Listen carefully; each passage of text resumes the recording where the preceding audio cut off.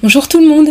Alors je vous présente la carte de Nelvea Chan, voilà, donc celle-ci c'est pas la mienne, par contre elle a eu une super idée, un nouveau concept, elle s'est aperçue qu'on nous a envoyé la même feuille embossée, si vous voulez, donc c'est Sandrine Imbert qui nous l'a gentiment envoyée, et donc bien Élise s'est dit, tiens, et si on faisait chacune de notre côté une mise en couleur à l'aquarelle, on fait une vidéo de notre côté, et on postera la vidéo en même temps, le même jour si possible, et pour montrer un petit peu ce que chacune fait de son côté avec ça. Donc passons tout de suite à ma mise en couleur. Donc je vous mettrai la chaîne de Nelvea Chan pour que vous puissiez aller voir sa propre colorisation. Donc je vous fais voir déjà à quoi ça ressemble sans couleur. C'est un classeur d'embossage mais trop beau. Mais alors vraiment c'est un motif, c'est super original et à lui tout seul il fait peut vraiment faire une carte. Voilà, il n'y a vraiment pas grand chose à rajouter. Et je trouve que Nelvea a eu une super idée de vouloir le mettre en couleur. Vraiment c'était vraiment super. Bon par contre nous on va le mettre en couleur à l'aquarelle et c'est pas du papier aquarelle. Alors donc comme je l'ai déjà expliqué plusieurs fois, c'est vrai qu'il vaut mieux dans ces cas-là utiliser du papier vraiment qui est fait pour l'aquarelle. Pourquoi? Mais parce qu'en fait sinon vous avez du papier qui, donc là ça a l'air d'être du Bristol, donc ça va à peu près, c'était en plus pas du papier fin donc ça va, mais sinon ça a tendance à vraiment trop boire l'eau, à trop boire les couleurs.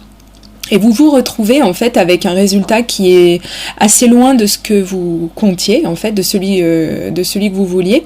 Et au final, vous allez voir que, ça va m'arriver, un petit peu plus loin dans la vidéo, ça va m'arriver, je vais avoir mon papier qui peluche. Mais bon, n'y est pas encore. Donc là, vous voyez que je me sers de 2 couleurs d'aquarelle pour en faire une 3e. Voilà, d'ailleurs si j'avais su j'aurais même insisté pour avoir encore une autre couleur parce que du coup je trouve que ces 2 verts tournent un tout petit peu trop sur le bleu et bon j'aurais dû rajouter encore un autre petit truc pour avoir vraiment du vert vert. Mais bon, au final le résultat est pas si terrible que ça, donc on va pas se plaindre. Donc vous voyez là j'applique ma couleur. Donc j'ai essayé tant que faire se peut d'éponger mon pinceau à réservoir d'eau le plus possible, pour ne pas gorger mon papier d'eau, éviter que ça gondole trop.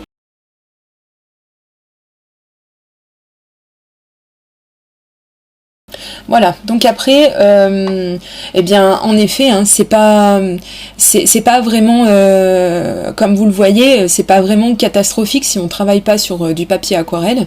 L'important étant, comme je vous ai dit, donc de pas avoir trop d'eau qui arrive depuis votre pinceau à réservoir d'eau. Alors on m'a donné une astuce que je vous transmets, puisque tant qu'à faire, je vous en fais bénéficier aussi, hein, c'est gratuit, on y va. Donc en fait, on m'a dit qu'il fallait, voilà, comme j'essaie de le faire là à ce moment-là de la vidéo, rapprocher le plus possible ses doigts du bout du pinceau, parce qu'en fait c'est vrai que plus on va le tenir haut, hein, tout simplement, et plus on va exercer une pression, mais même sans le vouloir, et on va faire arriver malencontreusement un petit peu trop d'eau sur son travail. Et là c'est vrai que cette fois-ci mon pinceau m'a pas joué trop de mauvais tours, donc j'ai pas eu trop de misère pour la mise en couleur à ce niveau-là. Par contre, donc, si vous avez l'œil, vous verrez, si vous comparez nos 2 mises en couleur, à Nelvea et à moi-même, donc vous verrez que elle n'a pas, et je regrette d'ailleurs, parce que j'y ai pensé, et maintenant, si c'était à refaire, je ferais autrement. En fait, elle n'a pas colorisé, si vous voulez, le relief du papier. Je sais pas si je m'exprime bien, mais enfin bon, on voit du coup le relief de l'embossage. Elle est vraiment pas allée aussi loin dans la colorisation que moi, et du coup son rendu est, je trouve, plus net que le mien.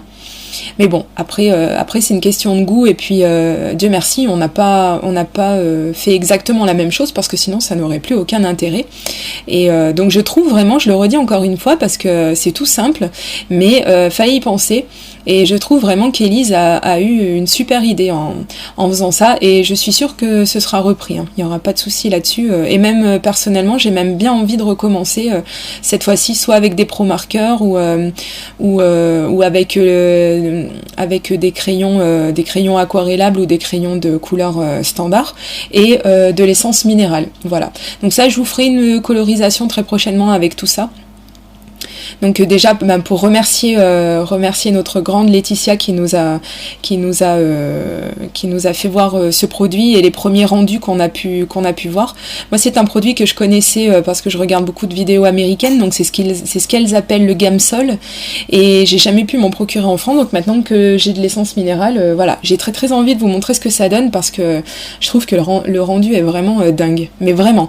Et autant ça passera bien en image que en vrai, c'est encore autre chose, quoi. Donc voilà. Bon, revenons-en à nos moutons. On n'en est pas dans la colorisation au Gamsol là, à l'essence minérale, puisqu'on en est avec des crayons de couleur aquarellables et de l'eau. Voilà. Donc comme vous pouvez le voir, j'ai recommencé à symboliser la neige en bleu. Voilà, donc cette petite scénette de Noël, on va dire, donc on a eu évidemment la même idée de faire en sorte que de représenter une scène de nuit, voilà. Donc on aurait très bien pu faire plus ou moins 2 jours, hein, puisque l'astre qui brille dans le ciel, on aurait très bien pu prendre ça pour un pâle soleil d'hiver. Et c'est vrai qu'on a eu la même idée de faire ressortir ça comme si c'était de nuit. Donc là, vous voyez par exemple que je suis en train d'accentuer les ombres que j'ai déjà commencé à faire sur ma colorisation. Voilà, donc je vais en rajouter sous les arbres également, hein, puisque, bah oui, c'est logique, si la lune est claire, voilà.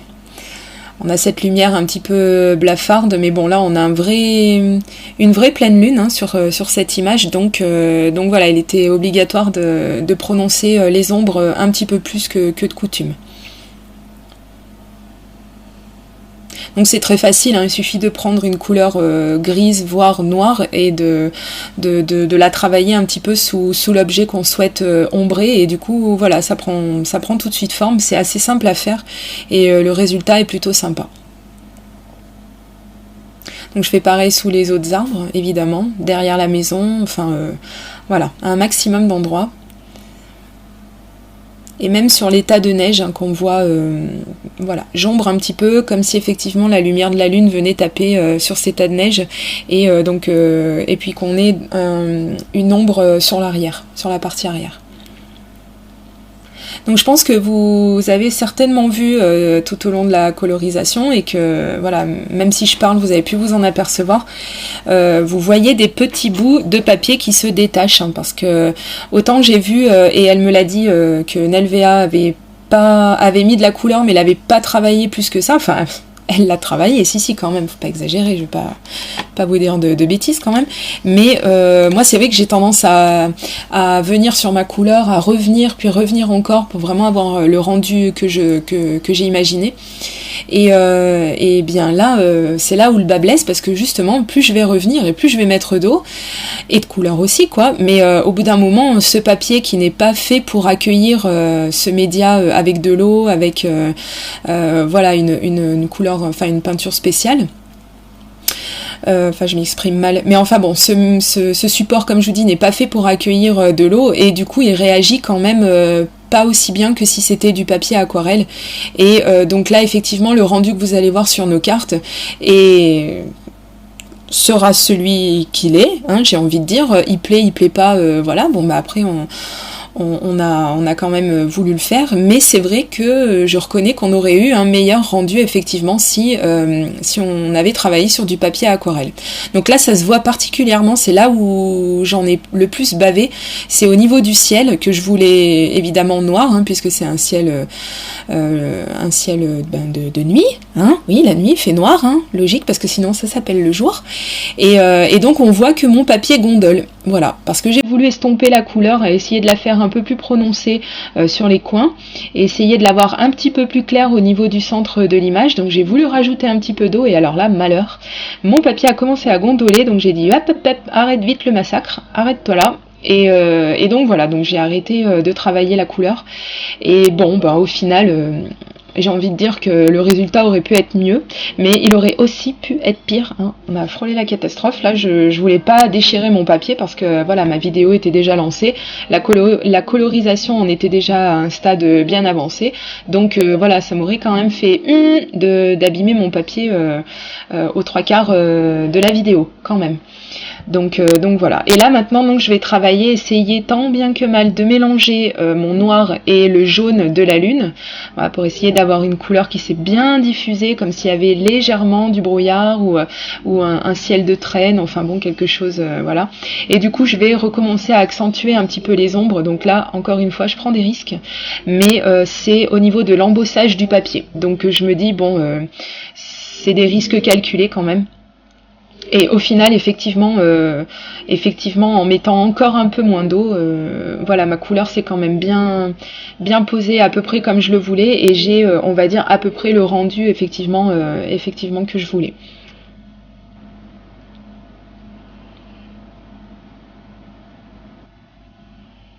Voilà, donc ma colo est terminée. Voilà, donc maintenant on va passer à l'étape suivante, donc on va rajouter quand même... ah non, pas tout de suite, excusez-moi, j'ai un petit peu sauté les étapes là. Donc oui, je vais mater mon papier, alors déjà rien que pour avoir le plaisir de le coller sur une surface plane et de ne plus le voir gondoler, parce que alors moi vous savez que je suis pas copine avec ce qui gondole, j'aime pas. Donc du coup je l'ai collé sur du cardstock très très rigide, et j'ai pas quand même trop appuyé parce que sinon on enfonce l'embossage et c'est pas le but recherché. Et donc là j'ai fait ma base de carte, donc j'ai pris les mesures à la one again, hein, voilà, comme ça. Donc de mémoire ça faisait 11,5, hein, ouais, ça a l'air d'être ça sur la vidéo. Donc 11,5 tout simplement, hein, c'est facile, on multiplie par 2 puisqu'on veut que la carte soit bah oui, logique. Enfin bon, après c'est freestyle, hein, si on veut, on peut ne pas avoir la même longueur à l'avant à l'arrière, hein, c'est faisable aussi, mais c'est pas ce que je voulais. Moi je voulais une carte très très traditionnelle, vraiment la carte que si j'avais encore une mémé, je lui l'aurais envoyée, mais j'en ai plus. Alors tant pis, voilà, je trouverai quand même toujours à qui l'envoyer cette petite carte, parce que je la trouve quand même bien mignonne. Et mais elle est pas finie. Voilà, donc on en est à la période où je vais l'embellir. Donc je vais me servir des super pinceaux super fins et nickel que Laetitia m'a gentiment offert pour mon anniversaire. Et je la remercie parce que, alors effectivement, regardez où je vais travailler ma couleur. Je vais mettre un petit peu de blanc, voilà, pour symboliser un peu plus encore la neige. Et c'est vrai que si j'avais pas eu les mini embouts, enfin les mini pinceaux de Laetitia, ça aurait été la pure catastrophe. Je sais pas du tout comment j'aurais pu mettre de la peinture à cet endroit-là, à ces endroits-là. Donc comme si la dernière fois sur ma première carte de la série Noël 2014 ne m'avait pas suffi, j'ai décidé de remettre ça avec ma neige structurée. Alors là c'est carrément de la pâte structurée, c'est même pas la neige, c'est la pâte structurée. Alors je me suis dit, tiens, avec mon mini pinceau, ça va aller mieux cette fois-ci. Alors ouais, non, c'était pas forcément mieux, hein, parce que là en plus fallait vraiment que j'en mette un peu partout de la structure, du relief. Donc j'en ai encore bavé, mais enfin bon, c'est pour la bonne cause, parce que j'aime beaucoup le résultat et que je m'avoue toujours pas vaincue et que je continuerai d'utiliser ce média, il n'y a aucun souci. Alors là, ce gel pailleté, alors vous allez rire, c'était un gel qu'on utilise pour le décolleté, vous savez, c'est un truc Yves Rocher. C'est ça qu'on met quand on va dans les soirées et tout, pour le 31 décembre, des choses comme ça, voilà, qu'on veut briller de 1000 feux. Et donc moi, vu que j'en mets pas du tout sur ma peau, j'ai décidé de le recycler pour mon scrap. Alors vous allez me dire, t'aurais bien pu utiliser ton Wink of Stella. Ouais, j'aurais pu, c'est vrai, hein, c'est une très bonne remarque. Mais je me suis dit qu'avec la surface que j'avais à couvrir, j'allais vider mon Wink of Stella, et que comme il est pas loin d'être neuf, ça m'ennuyait un petit peu. Donc du coup j'utilise ça, et je trouve que les paillettes bleues en plus ça ressort trop bien avec ma petite neige bleue, donc tout va bien. Ensuite donc je vais utiliser mon Posca blanc pour repasser sur le petit embossage des flocons de neige qui tombent, et donc je vais mettre mon sentiment, donc c'est avec un peel-off, donc il y a marqué joyeuse fête, et voilà, je voulais pas mettre de bannière, je voulais qu'il y ait rien qui cache rien du tout ce joli classeur d'embossage, tout mis en couleur avec plein de paillettes et plein de choses qui brillent, donc de relief, voilà. Donc écoutez, j'espère que cette mise en couleur vous aura plu. N'hésitez pas à me dire et à dire à NLVA aussi ce que vous avez pensé de la sienne. Vous pouvez aller effectivement voir sur la vidéo que je vais vous mettre en lien, et bien comment elle a mis en couleur tout ça, et voir sa carte terminée. Voilà. Bon, et bien quant à moi, je vous remercie d'avoir suivi ma vidéo. Je remercie comme d'habitude tous mes abonnés, et je vous fais des gros bisous, et je vous dis à très bientôt pour ma prochaine vidéo. Gros bisous, bye bye.